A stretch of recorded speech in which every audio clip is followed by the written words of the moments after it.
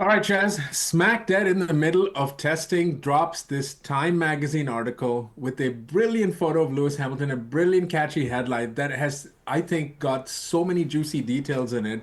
We have to discuss this, right? Because you are the resident Lewis Hamilton fan with all your hopes pinned for this 2025 season, counting that eighth world title that's coming into be. But what this article does is an amazing job of chronicling an athlete at the height of his powers at this late stage in his career, if that's what we want to call it, and yet defying the odds, right? So, Shez, I want to dive right into this, what is called a 22-minute read, which if you have the DRS wide open while you're reading it, it's only 15 minutes, guys. So, Shez, let's dive right into it. I want to ask you, what was your first reaction watching that photo of Lewis Hamilton with the beautiful aroma? I thought, as usual, someone's managed to pick Lewis's good side. They seem to do that a lot. But actually, my initial reaction to the whole thing was like, another Lewis article. Every time something big happens in Lewis's career, some big magazine picks him up and does an exclusive. So do you remember after 2021, was it Variety picked him up and did a big Right. article? I mean, Um, this and this time Time have picked him up, and we've spent 22 minutes minimum reading it and picking out our favorite 22 bits and minutes minimum. pieces. And so let's get into one of those key details, right? Because I know what everyone's waiting for. They want to jump on the juicy quotes about age and all of that. We're going to get to that.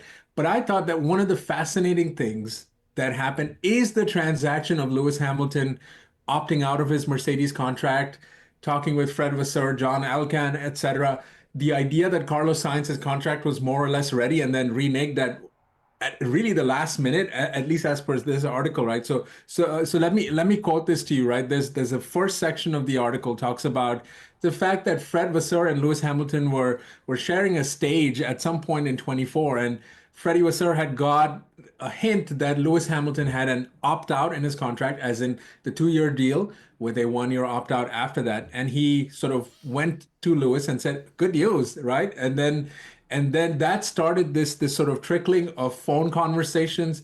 And Shez, what I loved about the article was Lewis Hamilton is a champion at the height of his powers. We can have the debate of whether he's better than Max or not, and Max is the clear favorite at this point in time. But Lewis Hamilton is one of the GOATs, right? And yet, reading all those details, him shaking while getting this phone call about possibly joining Ferrari, and then going around, jumping around like a young kid, that was quite amazing to me. Shaz, you have to have felt the same way. Tell me. Yeah. I mean, I did wonder like why he was with his mate in the bathroom. Yeah, Why he managed to pick that one up I mean, come on. on the bathroom floor.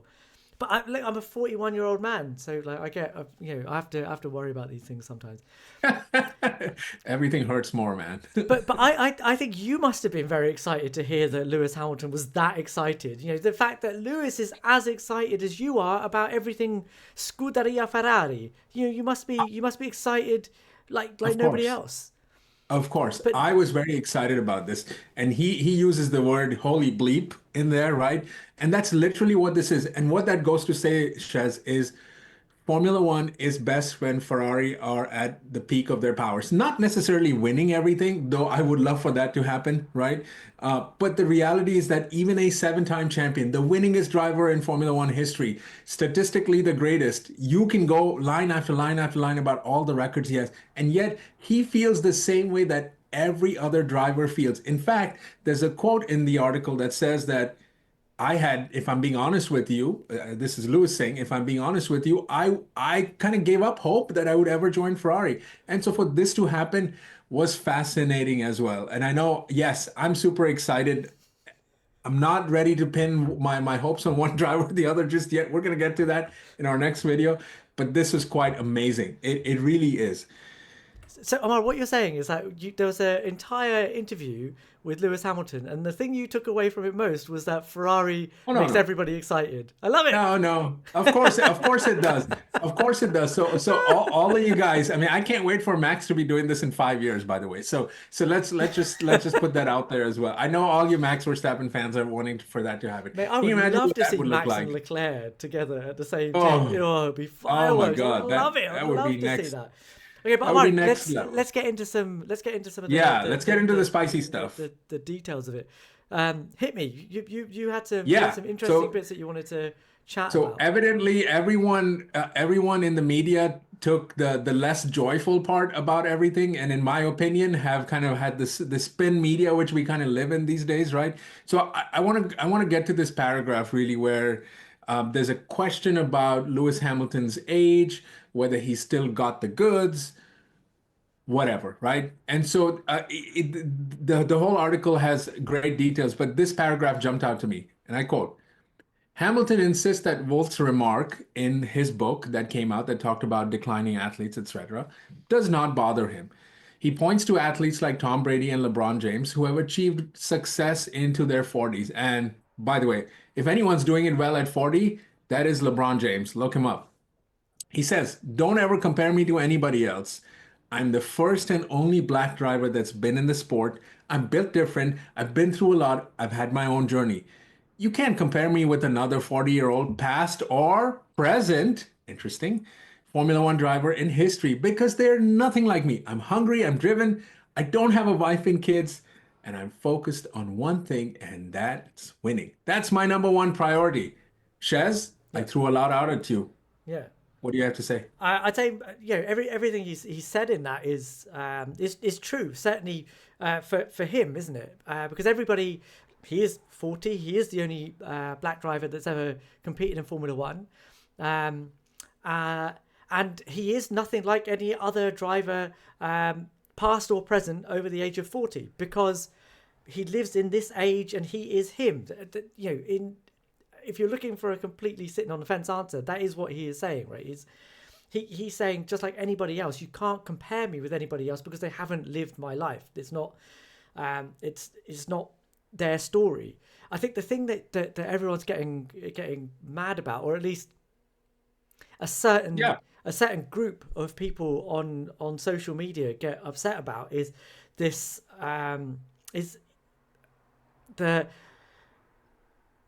there's no one else ever been. There's never been anybody like me. I don't have any. I don't have a wife. I don't have kids. All of this, and these are the things that people have really picked out and gone after. I think there's a generalization to be had here about Lewis Hamilton and interviews, because that I think is, when I said that at the beginning of this video, I didn't say it blithely. I think it's important that Lewis periodically does interviews like this, and there are things in those interviews that are headline news, and they are things that people pick up on, and the media print them. They're the quotes that you see, and then you see the comments underneath, often criticizing each and every one of the lines in that. Whereas if you took each one of those lines individually, you kind of go, okay, this is just a Formula One driver speaking like a Formula One driver. This is what they all talk like. But the difference for Lewis is that he has a big profile. He is known far and wide, largely even beyond the sport. There are people that don't know Formula One that know Lewis Hamilton. That, I think, brings two sides of this story. The first is that he will get criticised for the big hyperbolic quotes that he makes. Yes, Well, I think I'll that let you happens. finish, but I don't think this is hyperbole. But go ahead. Right, but he gets criticized for making those quotes, and he has the opportunity to have these interviews. People seek him out to have these interviews, so he has a big voice, and he basically gets to say what he wants and tell his story how he wants to tell it, in a way that other drivers do not get to do. They don't get that opportunity. But the flip side to that, and you can get angry about the fact that he has the opportunity to say what he wants and say stuff in a way that other drivers don't get to. But the flip side is that he also has more scrutiny upon him than any other driver. So the balance comes from the fact that, if everyone is wanting to have an opinion about him, well, then perhaps he's allowed to have an opinion about himself and be able to portray that in the way that he wants to. And that's what this quote says to me, is I've had a heap of criticism from Toto Wolff, from the media, from social media, from people that are attacking me from all angles. Well, this is me telling you what I think about myself. That's Yeah. how I took that. So I want to preface everything by saying that I love this version of Lewis Hamilton. I think I haven't seen this version of Lewis Hamilton in damn near a decade. I remember 2017, 2018 when he was maybe perhaps not as outspoken as he is in this particular article, but he certainly was outspoken. He had sort of this no nonsense type of attitude to him, and air about him, which clearly he was winning. He was at the height of his powers then, and so he didn't have a problem saying. Shez, I agree with you. He is speaking the absolute truth, and it's not just his truth. There is no one like Lewis Hamilton, Shez. There are, by some counts, and this is not accurate, there are north of 778 Formula One drivers. Guess how many of them are black? One guy. One guy. Oh, I didn't get it. One guy is black. So and then now you go to the subset of the goats, right? And there's no one like him. I mean, you can't just look at the over 40 and say, well, there's Fernando Alonso there. No, no, no. It doesn't come. Fernando is not in the same conversation as Lewis. And we debate the Mount Rushmore several times, but that does not figure in there. I also think the line about not having a wife and kids and I'm focused on one thing, that is an article, that's a shot at the media, which has berated him the last couple of years at least and say, well, he's lost focus and he's disengaged. And Shaz, you remember us having this conversation last year? I remember it was Melbourne, your back then home race, where we said Lewis Hamilton looks completely dejected. Mercedes doesn't have a clue of what they're doing, yada, yada, yada. And I said, why would Lewis Hamilton pay any attention to that? And I think there's been a lot of criticism, and this is him sort of taking the narrative back. And I love this about athletes in general who want to speak their mind and do it in a way that is undeniable, Chess, because the media paints a narrative in a way that's always sensationalized. And these athletes, frankly, don't need you and I, and not just us, others to paint the narrative for them. They have access to social media in a way that athletes in the past did not. They can speak their mind. So I love that Lewis chose this forum to kind of do it because the Time magazine article and cover is a big deal. I mean, I know that the Variety magazine was there a couple of years ago, but that's nowhere close to this. And especially at this point in time, Shez, one other thing. I don't mean to get all political on you, but he was asked a question about DEI, his initiatives. By the way, the only driver to kind of do it the way that he has, and he carries that burden with him. Now, you may think whatever you think about DEI initiatives, but in Formula One, there's no question about the lack of diversity, even to this age and day, right? And what he has done, and he talked about this specifically, he said, look, he was asked about the president of the United States being anti-DEI and all of these things that are going on. He's like, I can't control what anyone else does or any country does. I'm just doing my part. And just one of the things that's driving him to stay in the sport beyond everything that's on track is the off-track stuff because I don't see a whole lot of black drivers behind him. Do you? He has this responsibility on his shoulders. I don't know how long he can carry it. I don't know how fair or unfair it is. It might be unfair for him to carry that burden, but he clearly embraces it. So at the end of the day, you cannot do anything but admire an athlete for who he is and what he's doing, even at this stage in his life. I mean, to do anything at the highest rate for as long as he's been doing this, now 15, 16, 17 years, that is just crazy, Shez. You cannot deny that as well. And look, I have been against Lewis Hamilton winning on the track. I mean, I'm wearing this hat for crying out loud. So let me just give you all those credentials too. But what he's doing at this day and age, there's nothing but hats off. But Ammar, what do you say to people that like in this article, say, well, all the fashion, the music, the movies, the fact that you've put all this time and effort into producing a movie, which, ultimately will be for the benefit of Formula One. But what do you say to people that say that, why are you wasting your time on that? Get your bum in the sim, do some work there. Yeah, This is what I all would this is say, all just words, but what I actually, if you would, want performance, you need to do what Max does. yeah, I don't know. I mean, I didn't show me the book of science that says that being in the sim 24 hours just guarantees everything as Thank well, you. right? And the last time we saw that in 2021 when Mercedes gave him a competitive car, it went down to the wire, like literally down to the wire. And since then, Mercedes has been nowhere. So if George Russell was winning races and Lewis Hamilton was nowhere to be found the last 3 years, I'd agree with you. But let's have that conversation when if Ferrari are in it this year and they're able to give him that car, then we can talk about those things. By the way, an athlete will find ways to. They're allowed to be human, Shez. They're not allowed to enjoy things in life. So whether Lewis Hamilton wants to build an empire outside of Formula One, good for him. That is great. These athletes have found that they are economies. A Lewis Hamilton, a LeBron James, these are economies walking with them. You know how many people are supported by the fact that they're just doing their thing? So I have zero problem with that. If he wants to invest in the Denver Broncos, by the way, bad idea. He should have invested in the Rams, but that's neither here nor there. That's fine. If he wants to be, with Anna Wintour and talk about the Met Gala, fair enough. That's his thing. It has shown zero impact on the racetrack. Let the car be there, and if Lewis is not there, then let's criticize. Until then, Yeah, with respect, zip it. it's an eye test, isn't it? People So what? people see somebody doing something that is out of the ordinary for a Formula One driver, and yet still being successful. So the second that the driver suddenly drops off in terms of performance, and we know that a lot of that was because of the car over the last 3 years. They're quick to point out that he does all this extracurricular stuff, but it wasn't holding him back before. It's just that people don't like it. Traditional race fans in Formula One don't like it, and there'll be loads of people in the comments saying, I've never Yes. thought that. I think that Lewis is allowed to do what he wants, but this is clearly distracting him. But it wasn't distracting him for all of those seasons that he was winning. Just look at that Singapore 2018 lap where he literally came from the Met Gala and stuck it on pole in a car that shouldn't have been there.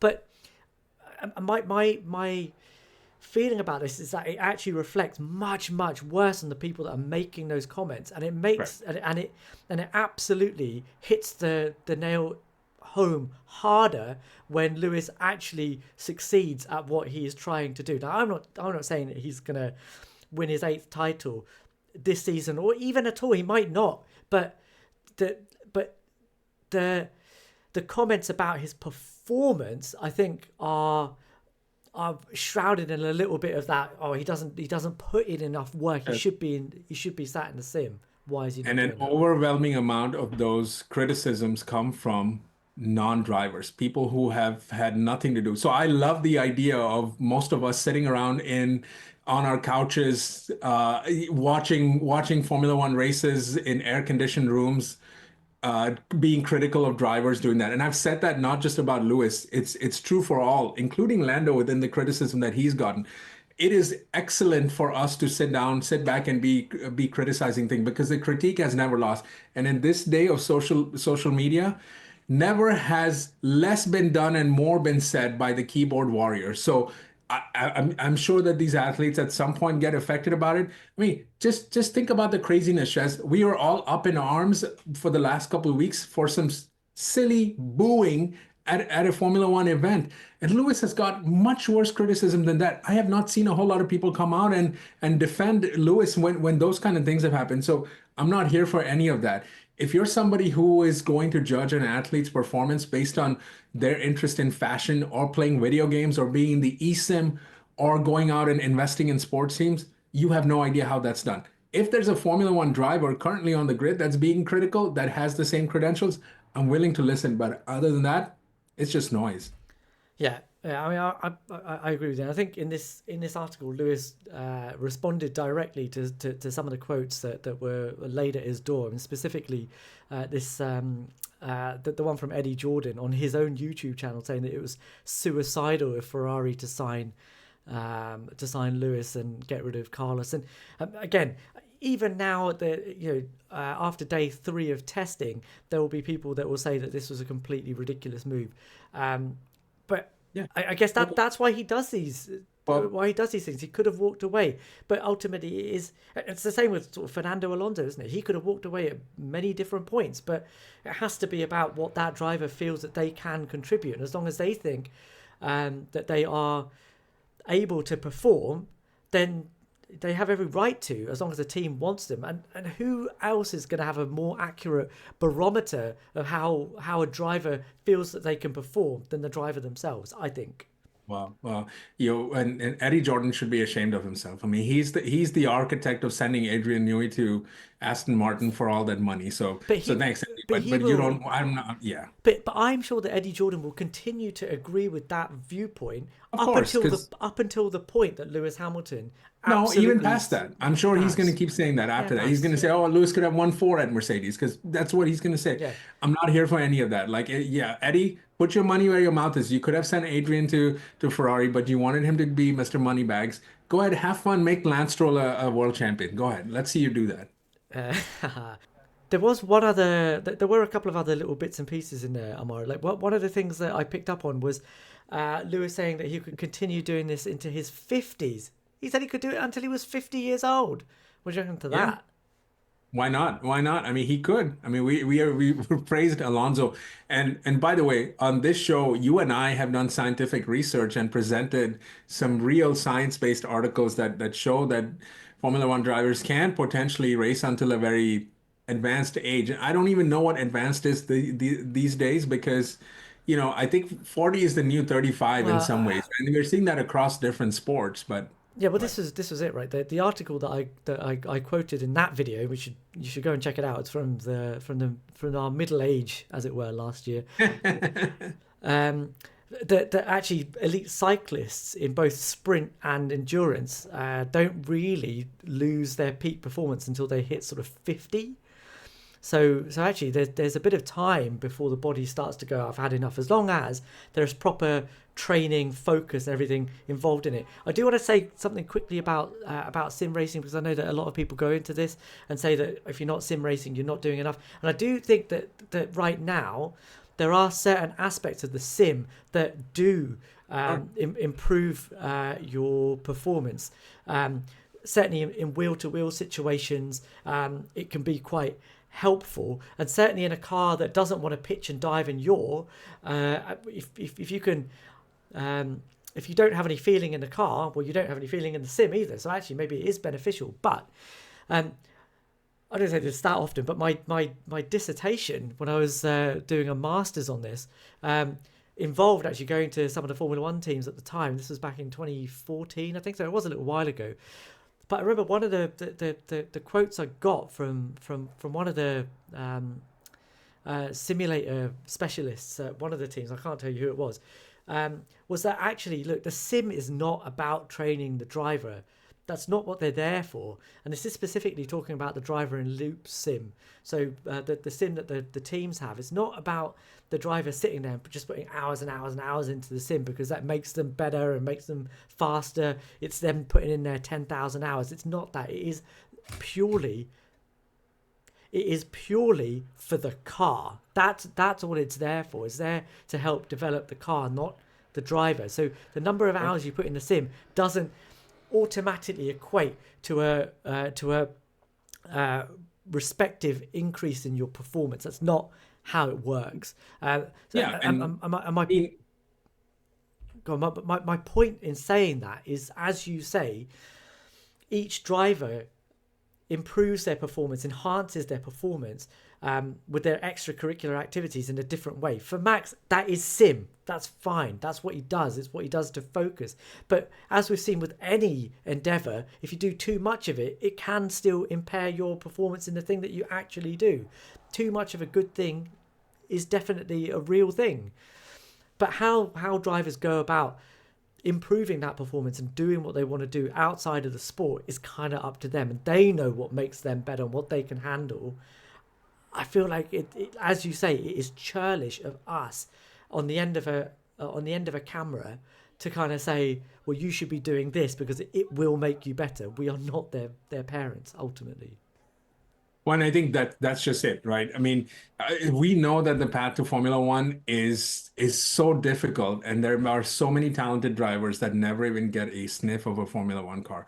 So for one of these guys to be one of 20 or soon to be 22 drivers, they know what they're doing. Like the idea that we would question their motivation because they have decided to do something else, or God forbid they take a vacation or have a dating life or a family or whatever that might be, whatever it is that suits them. It's just ridiculous. Like none of us would do that, Shez. In our day-to-day lives, we get entertained by Formula One when we're doing other things as well. So it's just ridiculous. It's like someone coming and telling us, "Don't watch Formula One races because that's why you're not focusing on your job or whatever." That makes no sense. We wouldn't entertain that. So in the same way, I think we know less and less about the degree of difficulty that these guys go through, putting their lives on the line, literally going at the rate of kilometers and miles per hour that we couldn't even simulate, even in our own Xboxes and video games. It's just crazy. So, at the end of this, I love this article by Lewis. I think it's very timely. Look, outcomes are what they are. Who knows what the season looks like? We know we're going into a tight season, so there's nothing guaranteed. It could be any one of five drivers that could be winning the championship, and Lewis is in it. And that's all that matters. And let the results play itself out. 24 races on the calendar. We'll see what happens. And there you go. Ammar is obviously finally happy about a Lewis Hamilton interview because he's coming to Ferrari. That's all that really matters to Ammar, I think. Maybe.